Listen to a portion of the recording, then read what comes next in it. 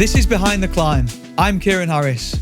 Every week, I sit down with high performers who faced real obstacles, and we get into the part most people skip. Not the highlight reel, the grind, the doubt, the decisions that actually got them up the mountain. I run a scaling business as a founder and CEO, so I know the climb firsthand, and I want to help you make yours. We unpack grit, determination, and mindset, and we pull out the practical lessons that you can apply to your own business, your leadership, and your daily life. No fluff, just an honest story behind the climb. My guest this week is Yolanda Collinson. Yolanda develops leaders and teams in high performance, working across C-suite all the way through to elite sport. She bridges the two worlds deliberately, taking business thinking into sport and performance thinking into business. Her approach is shaped by a relentless work ethic and a gratitude-driven mindset. If the opportunity is there, take it and don't do it by halves.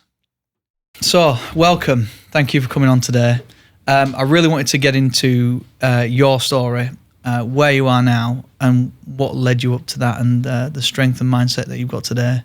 Oh, that's like 3 questions in one. Let's start with where I am today.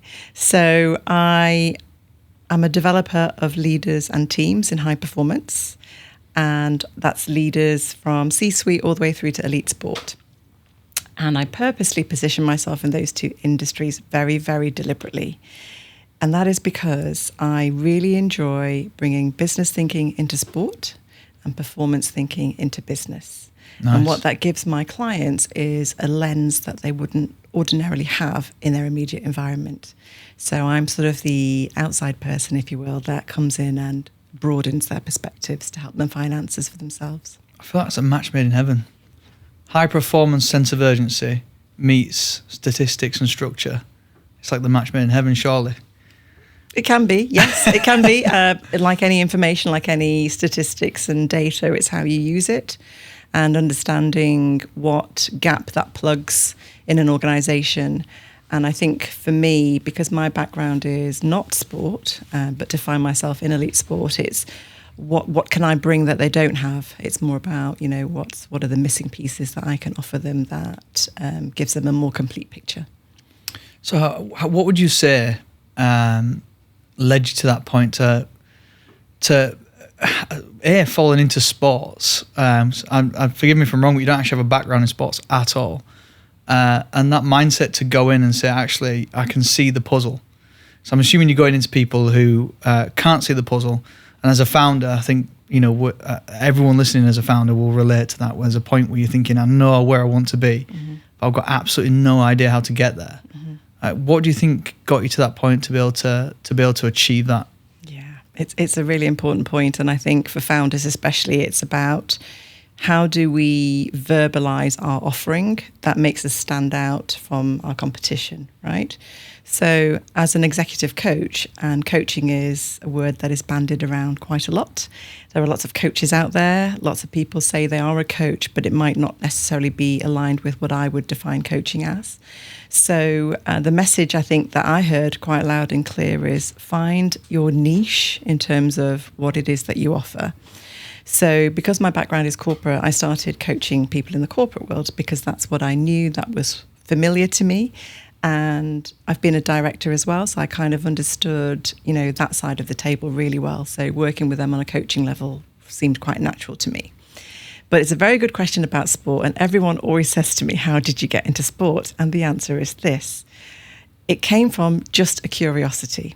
Okay, so when I was qualifying to become an exec coach, I wrote a thesis whilst doing my master's degree about what is it like to be a female coach in the world that we live in now. And I interviewed lots and lots of female coaches. They worked across a broad range of industries. But I couldn't find anyone who did this kind of coaching in elite sport, which I found fascinating. I found it fascinating because I imagined that working in elite sport was extremely pressured, quite brutal. You can't hide. You're expected to be exceptional all the time. And if you make a mistake, you risk losing your role. So I thought that seems really unfair, but also couple that with exec coaching in the corporate world is widely available. Why is it not available in a world that seems to be even more brutal? Mm-hmm. So my curiosity got the best of me. And I thought, well, if that coach doesn't exist in that world, I'll be that coach. And that was it, Kieran. I had that idea and put it in my head, and it sort of steered me towards talking to the right people. And I ended up starting in COVID, talking to the elite sports sector about how do they develop their coaches, their leaders, and ended up doing a little bit in hockey first of all.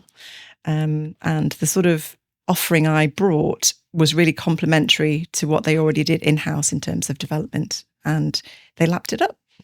So that sparked even more of a curiosity, because I thought it can't just be hockey. No. So I sort of tried my best to get in front of as many sports as I could. Football being the prized at the prize. It's where all the cash is. It's where all the cash is and where the budgets are. Yeah. But also the profile, right? The profile, and I thought, there was part of me that thought, how am I ever going to get to football? But lo and behold, you speak to the right people and you connect, and people connect you with other people. Then lo and behold, the Premier League came calling, and I've been consulting for them for 5 seasons now. Nice. And as well, I think when people say Premier League, it does carry the prestige, doesn't it? It kind of gives you almost a stamp of approval, I suppose. And I think there's a lot to unpack there on mindset, right? So you literally spotted something that no one had done before, and that would probably scare most people off. Mm-hmm.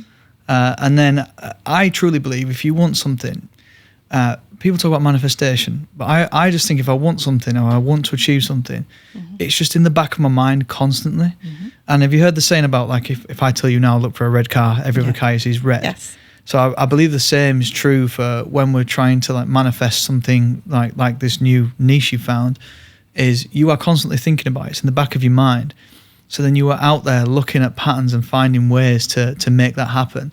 That from the outside in, people are like, wow, obviously it's an amazing achievement. But did you feel like it was going to happen no matter what? Did you feel like in your mind you was like, this is going to happen, this is what I'm going to do?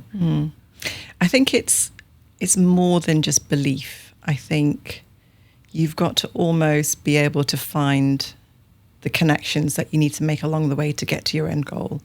So manifestation obviously is talked about quite a lot. I'm also a believer in, have your sights set on something that you want, but it has to be more than just that. It has to be, if I want to get to that destination, am I noticing things along the way that could connect me, could get me closer?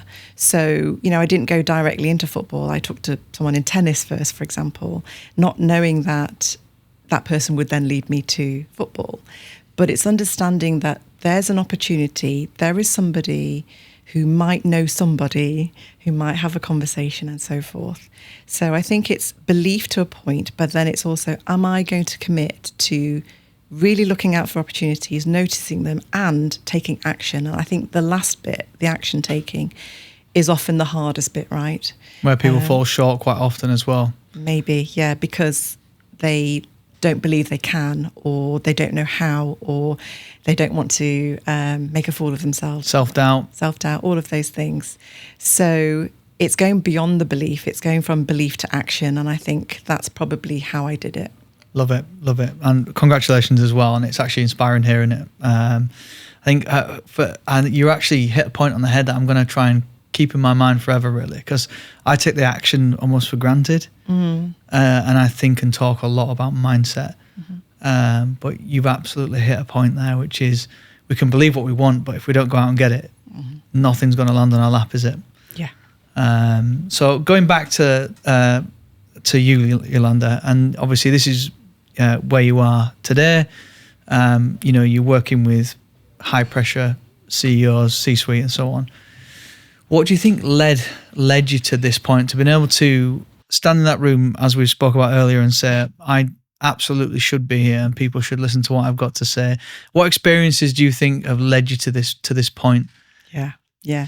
And by the way, this is a really important question I think we should all ask ourselves, because I think sometimes through the course of our career, we do certain roles and work with certain people, and we don't necessarily know why we're doing it at the time.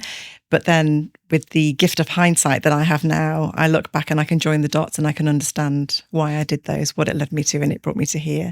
So there's probably some key things really. So prior to having my own business as a founder and coach, I had a background in HR. So HR is, a critical part of an organization, but it's also the human part, right? So I was in charge of recruitment, training, the HR role, and I connected with my staff regularly. I sat in an office with them. I didn't have my own office elsewhere. I was in an open plan situation. I would observe my team.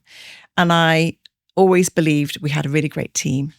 But I also understood that, when you come to work, you have a job to do and the work still needs to be done. How you do it and how you get better at doing it was always interesting to me, because I always believe that you can have the most competent person in the room doing a role, but there's probably still more that they can offer. And I think that's a fundamental belief of my coaching practice, is that we can always know more and we can always do better. We've just got to want to, right? Yeah. And sometimes the role demands that of you and sometimes it doesn't, but the individual still gets to choose, do I do what I do now and be content with that? Or is there part of me that I think I'm really good at that's not being utilized? Or is there part of me that would really like to do something else? And I believe that all people in the workplace probably have those questions in their mind. And I certainly see that now as a coach. So it comes from a belief that, and I suppose for me, the belief is also with myself. I'm here now, but I still think I can learn more. I can do more. There are more places I want to go and influence and impact positively. So there's a belief of, we're an infinite resource of learning and development, and we can grab those if we want to. I think as well, Yolanda, sorry, just pointing back to what you said there. I think for us, having had my first business fail, in this business, I'm looking for people who are looking for that edge. We hire completely on attitude, because I can train someone with that mindset. If they're like, I want to learn, I want to earn more money, I want to be better at everything, I can train them to do anything. What I can't train someone is to not be lazy and not want to just plod and do their thing. And there's room everywhere for plodders, but in a fast growing, high paced environment, they just wither. And I think as well, it points down to culture. So if you're spotting people and you're thinking they're just not pushing themselves and they're not committed to learning, for me, and sorry to relate, but I say to people when we're hiring, I'm going to put this out into the world now and hopefully don't down my sword. But I say to people, you know, obviously we create an environment where we look after people and people feel respected and everything else. But I said to them, you prepare to be strapped to a rocket, and if you don't hold on tight, you will fall off. And that culture is we are flying. You know, everyone's holding on tight, and there's no room for not pushing yourself. So I think there's two things there, isn't there? There's one, hiring the right people, and two, setting that culture. Sorry, just some points on what you said there that I felt like were really topical. I didn't want to forget them. yeah, get them in quick. I was thinking I should have quickly had a notepad, shouldn't I? And written them down. You can watch it back. But yeah, on that note, actually, Kieran, what I would say is I've seen organisations grow at pace, and the pace has been far quicker than the growth of the people. Yes. And that can be problematic too. So, you know, there's a question of what are we as organisations doing to understand how individuals can keep pace with the job that they've got. Sometimes the job becomes bigger as well as the company grows, right? So they have more responsibility. They might have more team, a bigger team underneath them. They might have a larger order book. They might work with bigger brands. And they're not necessarily prepared to align with that because they've never had specific leadership training. And that can be difficult because they are then, I guess, trying to firefight all the time, but they're never actually getting to their underlying skills gaps and understanding how they can do more for themselves, lead themselves, but also lead their team. So, and be happier as well. Yes. So I've seen this, so it's a couple of years ago, I was thinking to myself, why is this so hard? Growing my business is getting very difficult. And just like you say, I think I've seen it in some managers in my business that we're working with now where they get stuck in that firefighting phase because like all I know is hard work. So I'm just going to continue to work hard and hope the results come. I think from leadership, and I can see very much why it keeps you busy, is you have to sometimes slow people down, don't you? And then say, right, you need to restructure and regroup. And actually, it's okay to not be working super hard, doing the do, but you actually need to be working hard on making sure your doers are really happy and feel respected and have what they need from you to be able to do their job. So that I've done lots of leadership training, and it took me maybe. How was it? I've enjoyed it all, and genuinely, 2 years ago I was like, right, I'm super ADHD, and I realised my work rate was inhuman, and I realised that was affecting my team. So I started asking myself the question, what am I doing, or who do I need to be to have the business I want to have? And that was the start of my journey in terms of taking my business to completely new heights and growing way faster. It was slowing down and having a long, hard look in the mirror and thinking, right, what do I need to change? And then actually, in all that leadership training, and some was with Goldman Sachs, some was I've paid for separately. I've been to, seminars, and it just wasn't clicking. And then all of a sudden, people kept talking about culture and all these things. I'm like, well, how do you make a tangible culture? I just didn't get it.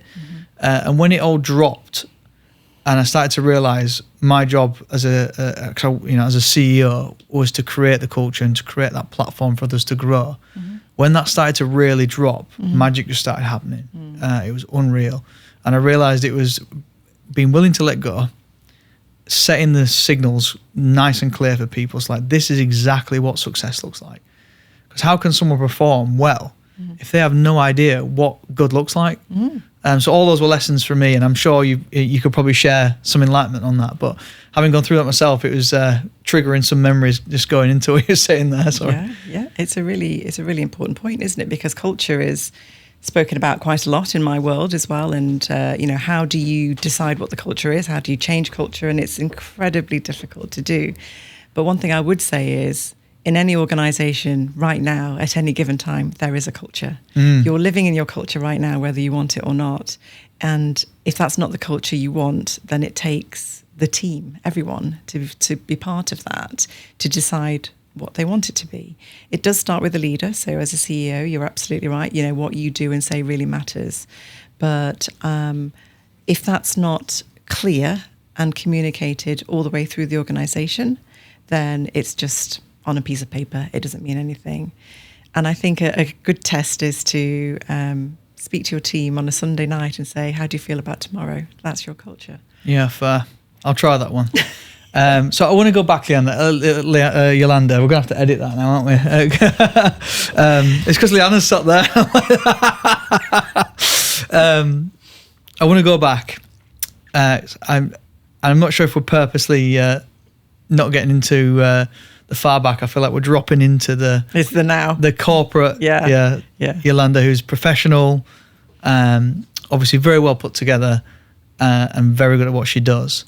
But I want to go back to the lessons you learned, especially in that first business, when I believe you were a director and you had a big team, and the hard fought lessons, the grit that you had to pull through, and where that came from. Like, why have you got the drive you've got, and obviously, how have you managed to create the life you've created for yourself? It looks like from the outside in, you're very happy with what you created for yourself. I am. Yeah. Brilliant. Well, thank God. That's why we do it, isn't it? Exactly. Exactly why we do it. And I think if you're happy at work, you never work a day, do you?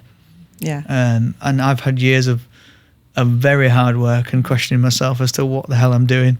And obviously had to fight my way to figure out just what good looked like for me. So I'm intrigued as well to find out, Yolanda, how did you get the mindset and the grit that you've got today to push yourself to where you are? Yeah, it's a really good question, and I'm going to struggle to pinpoint exactly when, because I think it's probably really far back, actually.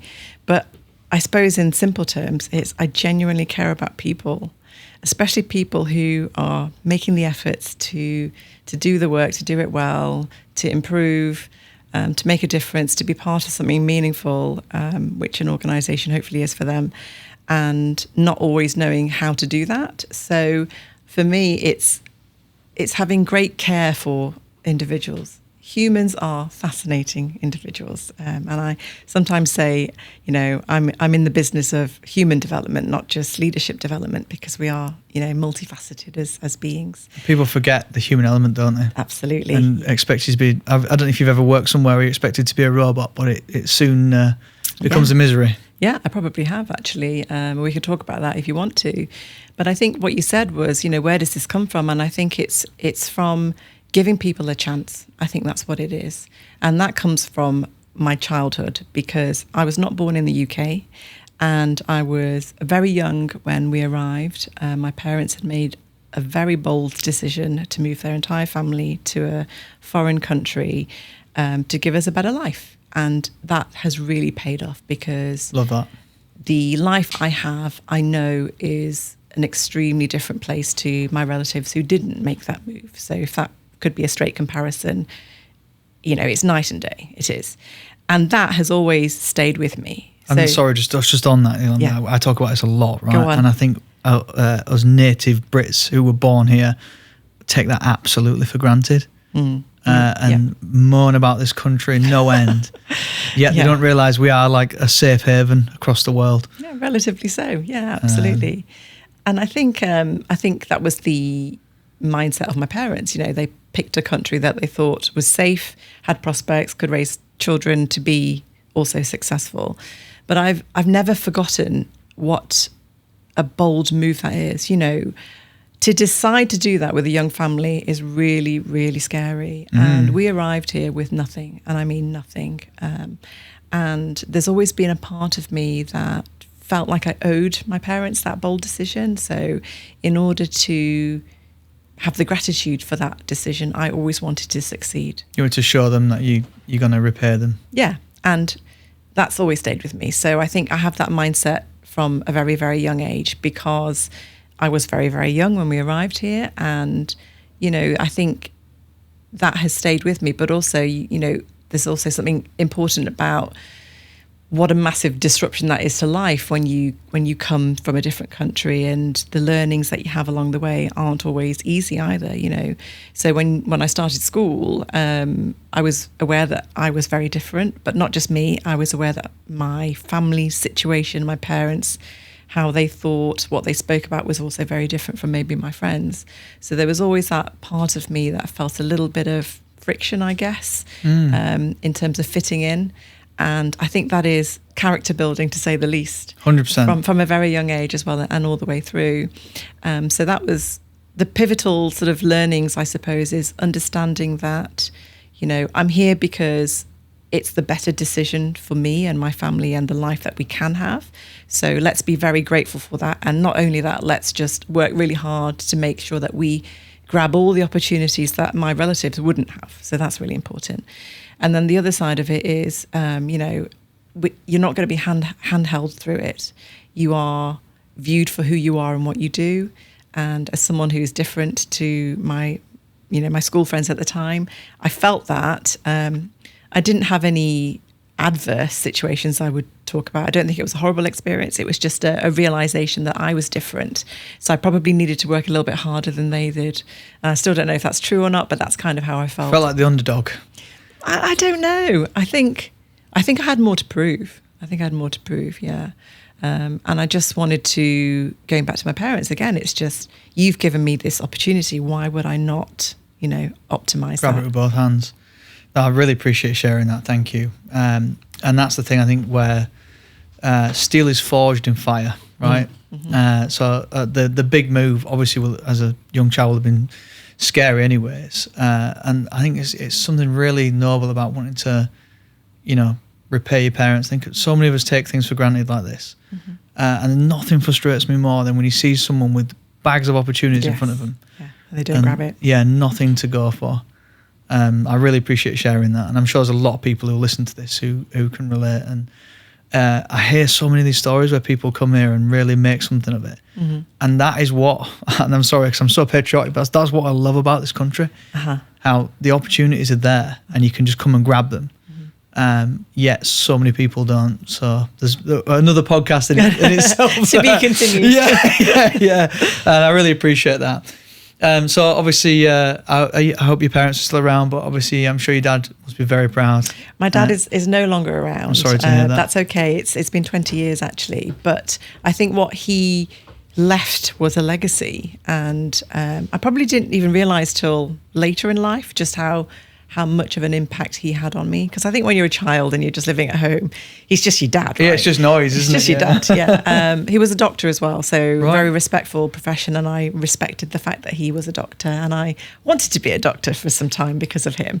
But I think this also plays into why I care so much about people, because he took care of people and he made them better, right? He saved lives. And, you know, I think that hits home sometimes, you know, if you're surrounded by it all the time as you're growing up. And he worked really, really hard. He was, you know, the shining example of hard work. So I knew what hard work looked like, so I could emulate that as well. Nice, you've struck it there, right? So I was really looking for where this. You mentioned earlier on that you like people, and you was in HR, and you love humans. I was trying to find, and thank you so much for sharing where that came from, because it must have come from somewhere. Yeah, I think it did. I think it did come from both my parents, actually. Although my dad was in medicine, my mum also worked in education as well, and a little bit in medicine, and they both worked across mental health. So again, it's knowing how did that affect me? What has that taught me, right? And it's all about taking care of someone so they can be better. That's all it is, and that's the fundamental principle for me.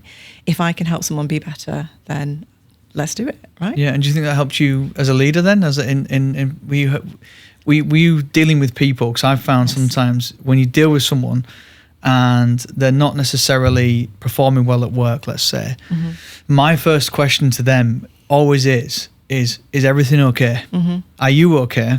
Is there anything that's happening or anything I'm doing in the workplace that's affecting your ability to perform?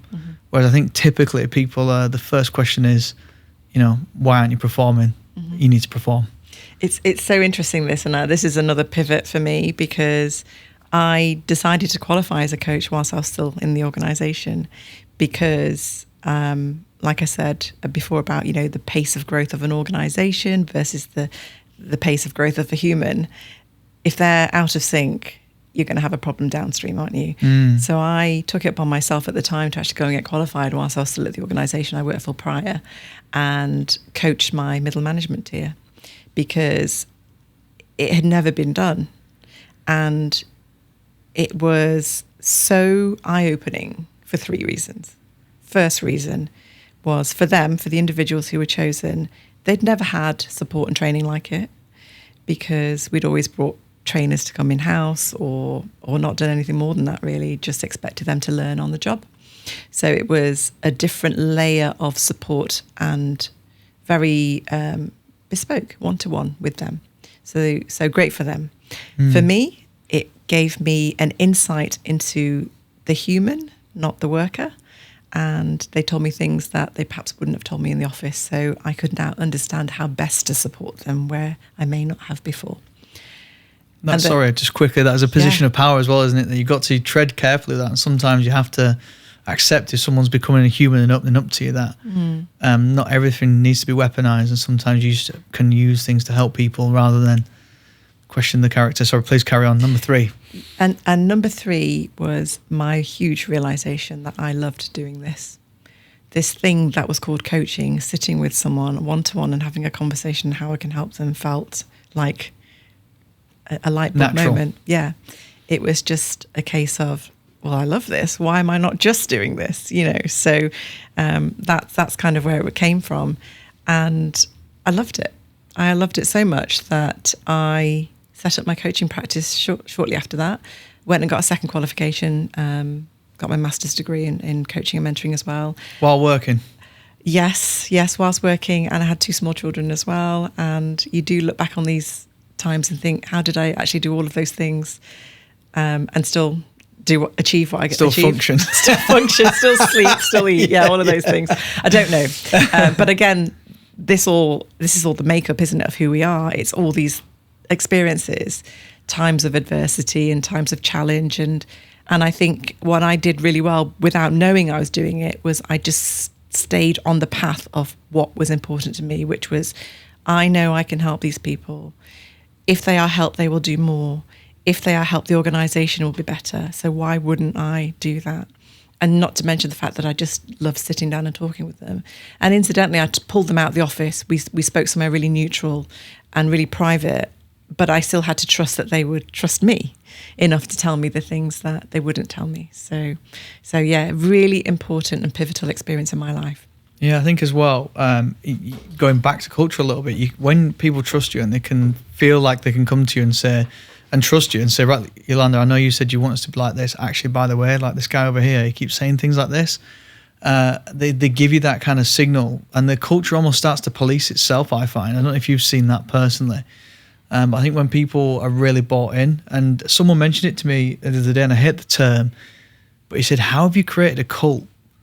I was like, I wouldn't quite call it a cult, but I get what he was saying, because people have tried poaching staff and they're absolutely not leaving. And he was saying to me, how have you achieved that? And I think it was through an element of just trust and respect, and not much more really. It's just like, here's what I need from you. Here's what I need you to do and when. If you need anything from me, give me a shout.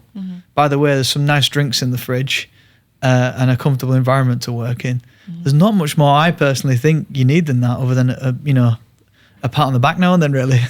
bit of acknowledgement is always good. Yeah. And a clear vision that they know that they're a part of, and they understand their contribution to that vision. I think clarity it goes a long way. Clarity from you to them as to why they're here, why they should do it, how they should do it if they need that, and understanding what impact that makes so that the work feels meaningful for them as well. If you have that, I think you're a long way there, actually. Nice. Yeah, that's meaningful. It's going to stick with me, that one, actually, because that's something we're really driving the business at, and we're going to hopefully triple in revenue this year. And I keep always thinking, how do I make that meaningful to them? It's like, I always use the so what method. Like, so what, we're going to do 15 million revenue this year. Like, what's that mean to me? And it's something I really need to mull on some more. And I just want to go back actually quickly. So mother of two, working full time and doing a master's. So that's a lot. And, I speak to a lot of people who would just be like, I could never do that. Could barely cope with having two kids. And I feel like people like you and I, that's just normal. It's like, I'm going to do this thing and it's going to happen regardless. I think that just comes from mindset purely. And I want to know your opinion on that. I think you asked for help as well. I don't know if you did that, but I certainly asked for help. I needed help. And, nursery is a great thing as well. Put the kids in nursery. But I think it's asking for help, but also knowing what you're capable of is one thing, but also understanding that, you also need to recharge. And you'll do the job better if you're recharged than if you're not. And I think there's a level of standard, I suppose, for me. I have high standards about myself. So if I don't think I'm going to do the job well, I would maybe do it another time if I can. Obviously, that's not always possible. But I'd rather delay doing something if I'm going to do it badly than if I could do it better. See, it took me a long while to learn that. I don't know how quickly you managed to figure that out, but I would relentlessly go into tasks. And I've had to learn now, when the universe starts to push back, that's my signal to stop and come back another day. Whereas I would relentlessly push through, kick doors off, make things happen, and it'd just go wrong. And I had to learn, actually, it took me so long to think, right, actually I can feel I'm getting tired. I can feel my cognition's not as good as it should be. I'm going to go recharge. I'm going to not look at my phone for 24 hours. I'm going to try get to bed tonight. I'm not going to drink any caffeine for 24 hours. And how would you say that naturally comes to you? Or if someone's listening to this now and they're thinking, oh my God, that's me. I'm overstimulated. I'm exhausted. The kids are eating me alive and I just need a break. Because I'm a father of 4, probably worth sharing. I'm ADHD. It's come through into the kids. Having 4 ADHD children is interesting at times, and it's very difficult to get a breather. And I've had to learn through, I learned it from actually, funnily enough, from like studying CEOs. Okay. And trying to become a better leader, and realizing a lot of them had like a not to do list. Okay. And things like that. And that kind of came to me, and I was thinking, actually, what am I doing that's not serving me or my purpose? And I also had to get absolutely savage with my time and who I spent it with as well. And, I've got a friend who's younger than me, he's got no kids. He is running a business, but he's got a lot of time in his hands. Like, why don't you come here? Why don't we do this? And he said to me, like, you never come and do anything. I was like, I have a business and 4 children, right? I have to be very, very careful with my time. All I want to do tonight is eat a steak and go to bed. Yeah. So obviously, how did you figure that out? How did you figure out that because obviously it's a lot, 2 kids, studying. And then I did a small business MBA for over 4 months, and I was absolutely written off at the end of it. So. How did I know? I suppose, the first thing to say is it's a very personal thing, isn't it? Where is the line between doing too much that, we should recognise, but that's probably different for everyone, right? 100%, definitely. Yeah. So everyone's got bigger thresholds or lower. Exactly. And I think it's important that we recognise that we get to choose when that is, but we've got to always be honest. And I think for me, there are signals when I've done too much or I've taken too much on, and it'll be things like I'll forget something that's really easy to see.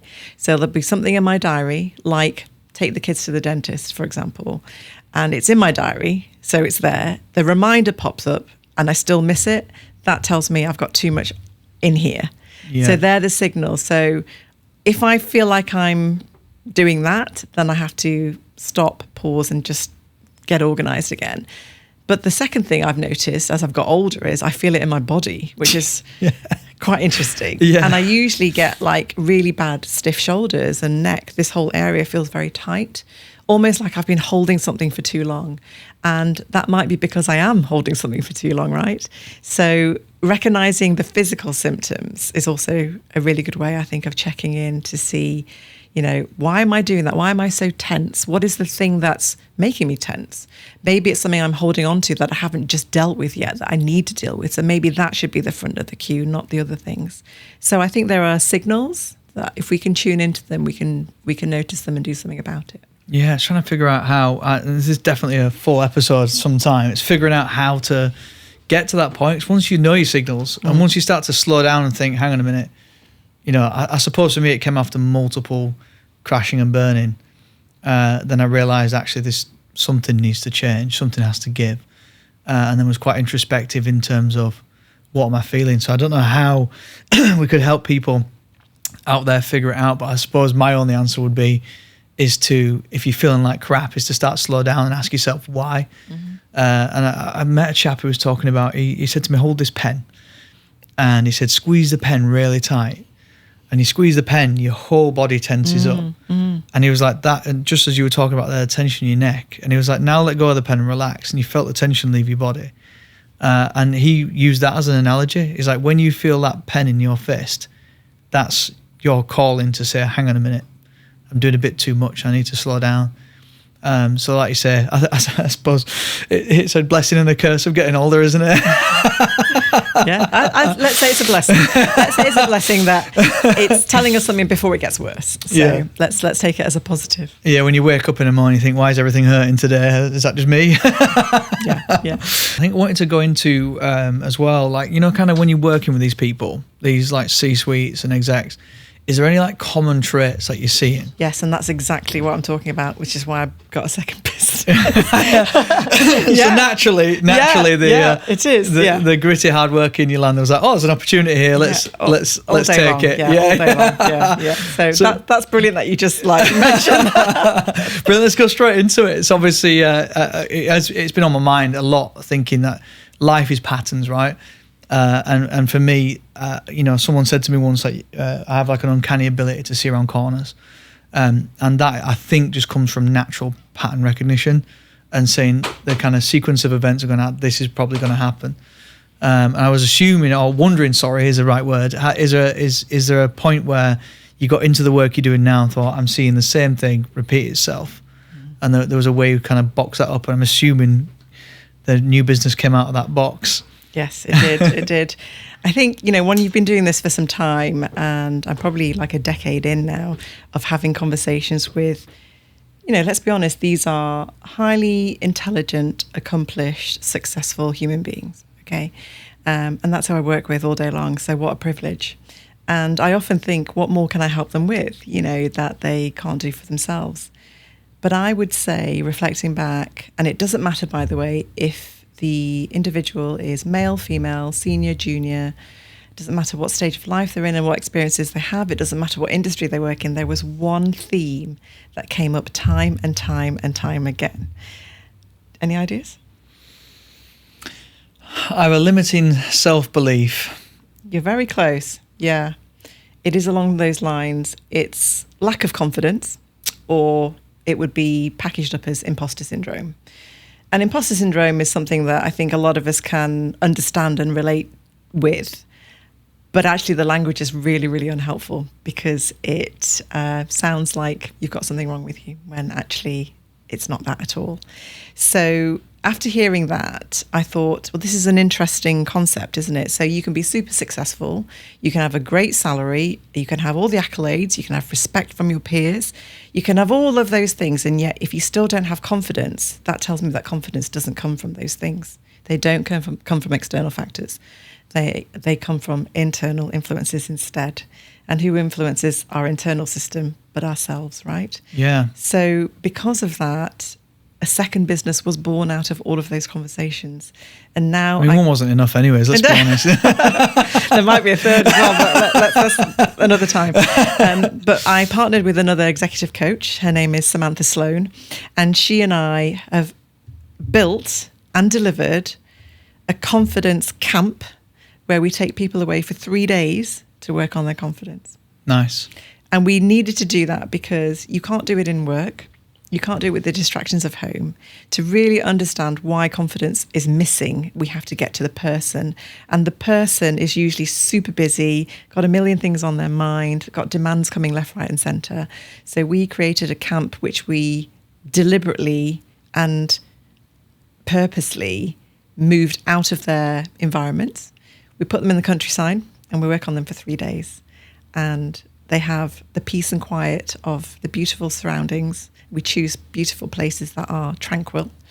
Yorkshire, of course. We will be coming to Yorkshire. I'll let you know when we are. And that's in contrast to the work, which is confronting, intense, powerful, and it works. Nice. And is there any common themes that have come out of that? Yes, there are. And, it's probably no surprise to say that the thing that is in the way is usually the person. But knowing that alone isn't enough to make change. We need to choose the change. And sometimes that's the hardest part. So being honest with yourself, first of all, is step one. And, how many of us feel something but disregard it because we think it's unimportant, because we're focusing on other things. And yet that fundamental belief is getting in the way of how we think about the wider things, the wider parts of our life. And do you believe as well that people use busy to run away from feelings that they'd rather not address? I think the word busy has, some kind of honorary label. If you're busy, you must be successful. If you're busy, you must have a really important role. But busy doing what? And are you a busy fool or are you busy winning? Precisely. Yeah. And I think for a lot of us that have our own business, it's quite easy to be a busy fool because you can fill your time quite easily, right? Especially if you're not quite sure what you're doing and you feel like an imposter. Yes. And we spoke about this earlier, didn't we? That's like, I'll make myself busy because it feels like I'm doing something. Yes. And you probably feel better for knowing that you are busy. If you weren't busy, how might you feel? And might you question what you're doing? So and you might have to address any skeletons in the closet as well. Yeah, and that quiet space is something that is so critical, but a lot of us don't want to go there. We don't crave it. We don't crave the peace and quiet. We don't really seek it out to think, right, I'm going to really reflect on myself and this thing that I'm finding challenging. I want to really understand that. We don't do that on our own very easily. So working with someone like myself, you're very encouraged, shall I say, to be in that space because it's confronting then. It's right there. And there lies a lot of the answers to the questions that we're too scared to ask. Do you know as well, Yolanda, right? I believe that a lot of us are a product of our upbringing. And that sometimes, people will grow with these underlying limiting beliefs or, crushing anxiety and things like that. And that earlier on, you mentioned that people would open up to you and say things that perhaps they wouldn't say to you in the office. And I truly believe in getting on the human level with people. and looking at one another as humans. And when I interview people, sometimes it almost turns into a counselling session. Yes. And people have said to me, I've never ever told anyone this, and I'm telling you it in an interview, you know. And I find everyone's got problems, right? Everyone's been through some stuff. Yes. And I think we have to address that as adults, don't we? And we have to ask ourselves, what's limiting me? Why do I feel this way? And it's going back again to recognizing those signals, and do you see that in your course? Do people stop and think, I never realized this was bothering me? Yeah, there were quite major light bulb moments, actually. Obviously, I can't share too much about what was said, of course. But I would say there were certain themes. And one theme that came through quite strongly was about identity. So if you identify as your job role, then you give it importance, right? You understand that by having this job title, it probably gives you some kind of kudos. You know, it's nice to be able to say, I am this, I'm a managing director or whatever. And that's enticing, right?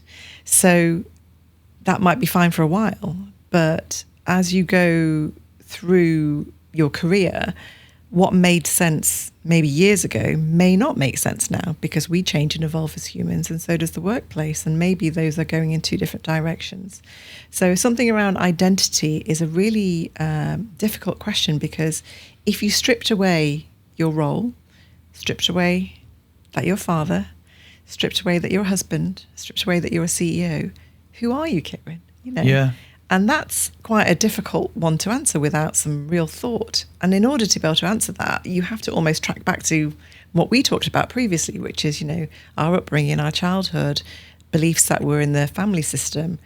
And for me, on our camp, I actually shared the story of me being born in a different country and how I didn't realise that made up a huge part of my identity, but I didn't know it did until I was much older.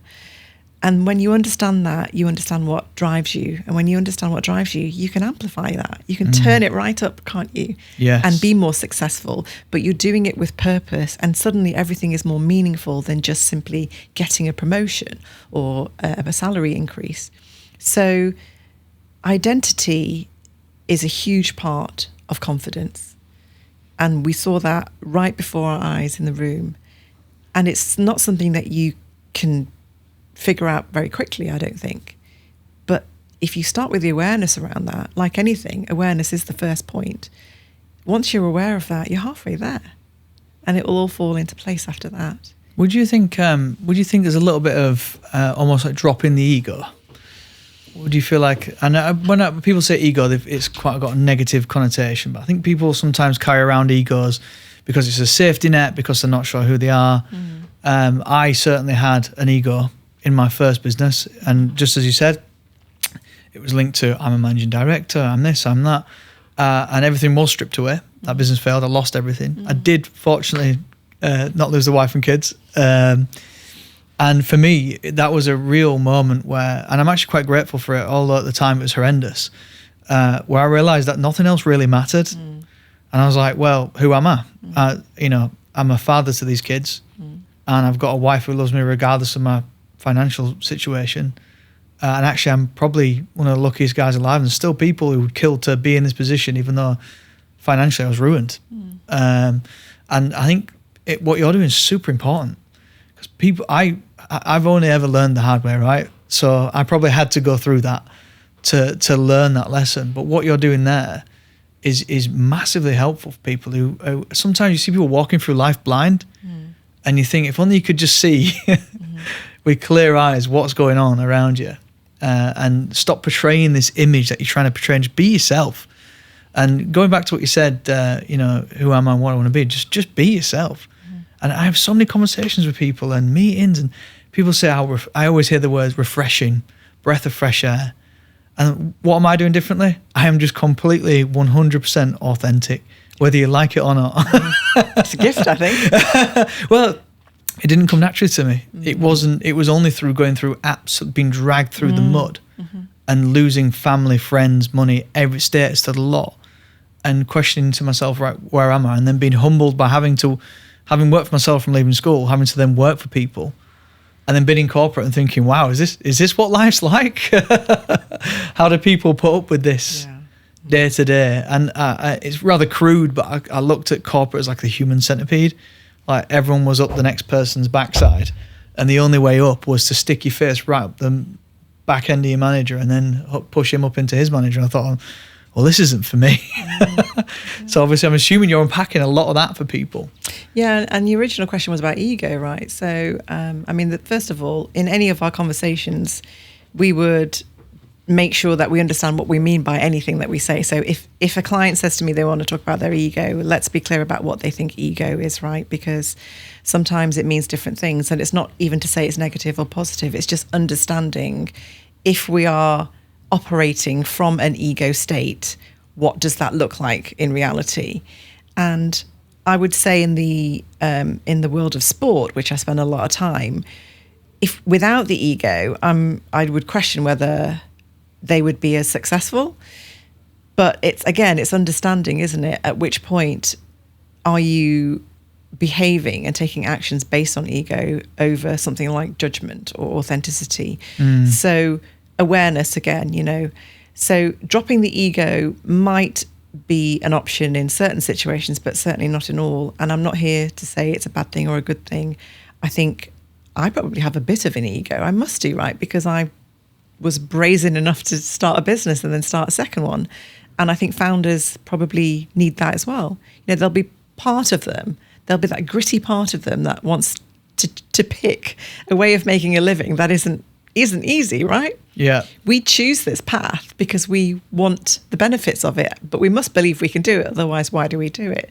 Is that an ego? I would be interested to see what people think about that. Yeah. And there might be another word for it. But if it gives me purpose and drive, I'll take it because it helps me on the road to be successful. When it goes the other way, if I work with clients who perhaps their leadership style is very directive and it doesn't really allow their team to develop themselves and grow, then we might have a conversation about that. But ego on its own, as a singularity, it's neither good nor bad. It has its place. I think that's a great answer. I'll give you that. It's a diplomatic answer. I think as well for me, I have to stop and ask myself now because I was quite egotistical when everything tumbled. People were queuing up to tell me about it. So which I'm grateful for again. It was I was blissfully unaware. And now I'll ask myself a question: if I'm making a decision, even just this podcast. Do I want to? It took me almost a year to decide whether I wanted to put my personal brand out there. And the question I was constantly asking myself is why? Why am I doing this? Am I doing this because I'm egotistical and I want to be out there publicly? And I had to really unpack that. And it took me some time. I think it only comes through what I've been through. But I'd say ego is more, I'm making this decision because of what other people will think, not because it's the right thing for me. More than anything. And I think you can catch people like that in leadership where there's no authenticity. They're making decisions purely to look good and often at the expense of other people. And I think there's maybe a fear among leaders that if they are, as we like to be, really human and authentic, there's a risk that they might look weak. And I don't know how you feel about this. I'd be interested to know. But I like to kind of set the tone where I'm going to absolutely take care of anyone who's taking care of me. But the people who choose not to will be dealt with so quickly that everyone else goes, right, well, I'm not going to be one of those ones who steps on that line because I know what happens when I do. And how do you feel about that as a leadership style? If we were working together, this is the free client session. We might do in future. I might need it now. I'd be intrigued what you think to that. Like, how would you see a leader being able to be human but not come across as weak or vulnerable? Yeah. It's a really important balance, isn't it? Because I think both is really important. Because I think what you're describing, Kieran, is you're saying through behaviour to your team that there are certain expectations, but also here are the boundaries, and I'm not willing to move beyond those boundaries. And if without those, obviously it's more chaotic anyway, and the clarity of your team as to what you want is not there. So I think, again, it's about the skill is understanding in any given situation how to act. leadership is situational, right? Give it some context. We can't say it's one act will sort this problem. This is the solution to that problem. It's not the case, is it? Every situation is different. You have to give it context. So your style, I think, is one that I see a lot of. I'm trying to see if you didn't do that, let's say, then you become infinitely available all of the time to all of your team. They will have multiple questions that need answering, which means that your time is tied up with them. And then eventually the work needs to be done, right? The work always needs to be done regardless. How are we going to get it across the line? Sometimes a more directive and short approach is needed. And sometimes there's an opportunity to develop the team by handing it over to them maybe. So your style is, I'm guessing, just one style of your leadership. Yeah, that was one part of many facets. Yeah. Yeah. So you're not doing that all the time. No, you have to chameleon, don't you? You have to know your audience. Yeah. So you have to know in that particular situation, what is my move here and how might I get the outcome I want out of that, as opposed to a different style. But again, it's about the situation. It's about the context. It's about the person you're speaking to. It's about the outcome that you want. Once you understand all of that, then you can use your many skills to pick the one that you think relates better in that situation. Yeah, I feel like as well, and it's probably popped up more in my mind, this whole conversation, and I've probably mentioned it a few times, slow down. And being someone who runs at 100 miles an hour, actually, I became a better leader when I slowed down. So you talk about situational, a situation would arise. And I'd realised that actually people, if you act or react quickly and like hot-headed off the cuff, there's certain people around you that kind of recognise that and then will try and bring things to you to try and get that reaction. Whereas actually people will bring situations to you, and as a leader, and I think it's really important in any family, business, whatever position you're in, is to not react. And as you mentioned, slow down, get the facts, and then act accordingly. And that's something that I really want to get across. So I appreciate that. Because that's something I had to learn. I used to be able to get people come along, they'd flare me up, and then I'd act with an iron fist. Whereas now I'm actually like, let's look at the situation factually. I suppose my approach has always been, I put their shoes on. I think, what were I thinking in that point? What led me to get into this position? And then I'd ask myself, what have I done as a leader that could have potentially created this situation that's happening? So a lot of it seems to be introspect and getting people out of their own heads and knocking out those limiting beliefs. And I truly, whenever I seem to scratch into someone's childhood, I usually find answers as to why they act a certain way. But that takes time, right? Yeah. You have to take the time to get to know them. And ordinarily, where you might have reacted to a situation differently, to actually pause to find out more and then respond accordingly, you will have had to fight against yourself a little bit, especially if the previous way was your default mode, where if you were quite reactive as a leader. So I think what you've described is something that takes practice, and it's a skill to be able to pause and decide, okay, in order for me to manage this situation with the best outcome, what is my next move? And as you've done it more and more, that gap would have been quite a large gap for you to think about it. But actually, sometimes 24 hours. You probably do it in seconds now. Yeah, remove no emotion, remove all the emotion, stick to logic and facts. Right. But that takes practice. Yeah. And you would have had to choose to do that. You would have had to decide, I'm no longer going to be reactive to a situation. I'm not going to blow up now, because even if the situation is catastrophic, in order for us to move out of this, I'm going to suspend the way that I usually do things, which is my default mode. I'm going to pause. I'm going to understand the situation for what it is. And that means understanding the person asking me this question. Who are they? Where are they? Are they struggling because of skill or because of their will? Which one is it? And now I'm going to decide, how do I respond to both those things? But in order to do that, like I say, the important bit, the difficult bit is changing your behavior. And you've done that, and you've done it time and time again. So you've reduced that time from 24 hours to probably, I would say, seconds. Yeah, usually minutes. Yeah. But actually, it affects the people around you, because they kind of get used to who you are as a leader. So, they stop bringing these things to you, and they'll start operating in the way you've shown them and led them. And they'll come back and say, right, this thing's happening. this is what I've already done, and this is what I'm going to put in front of you. Whereas before it'd be, I'm going to come spiral around and create some carnage and then make you worry about it, and it's your problem. Mm-hmm. Whereas now I think in leadership it's important to, and you probably do this a lot in coaching, is make people just reflect for a moment and think, right, well, when I go to my leader or how am I operating as a leader, is to make sure that what I'm bringing along is what their expectations are, instead of, I'm waffling now. I've gone way wrong here. I've gone miles off. This is getting cut right out. You've stopped. You've got 26 minutes left. That includes pack down time. Yeah, fine. We'll get wrapped up. No, it's okay. We've got to do the intro as well. Yeah. So, what I think that no pressure. Fuck you, Adam. Oh, it's all right. I love him.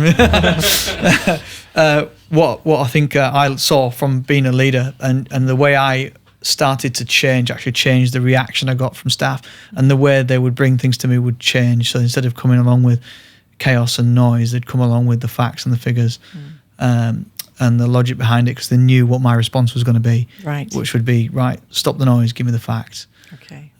So I'm sure you've probably seen that in your leadership training. So I think what you're saying is you're setting the standard for what you expect from them, and you are being an example of what you want them to be, I suppose. Your demonstrable behaviours are saying to them, this is how I behave, hence I would expect you to behave like this as well. So leaders have a real opportunity to set their stall in terms of what behaviours should look like by being themselves. And if they do it enough times, it will be picked up. And like you say, they get it now, don't they? They know what you want from them. Yeah. But you've had to probably do it multiple times for them to understand what that looks like. Yeah, and there's an element of, there's going to be a period where people are like, oh, why is he changing? And you have to just be willing to go through that and be questioned, and be open and vulnerable and say, look, I'm trying to be a better leader. I want to become a better leader. Mm-hmm. So Yolanda, thank you so much for coming on. If this has resonated with people and they're listening to this and they're thinking, this is me, especially if they're feeling imposter syndrome, which I hate the term, as I'm sure, because the imposter syndrome, I believe, is just the gap in your knowledge between who you want to be and where you are now. But people can be frozen and paralyzed by it. So if it resonates and they want some help with it, how can they contact you and get the help they need? So the confidence camps are called Cultivating Confidence, and you can contact us at cultivatingconfidence.com. I'm also very active on LinkedIn, Yolanda Collinson, and for coaching and leadership training, it's yolandacollinson.com. Thank you very much. You're welcome. Appreciate it.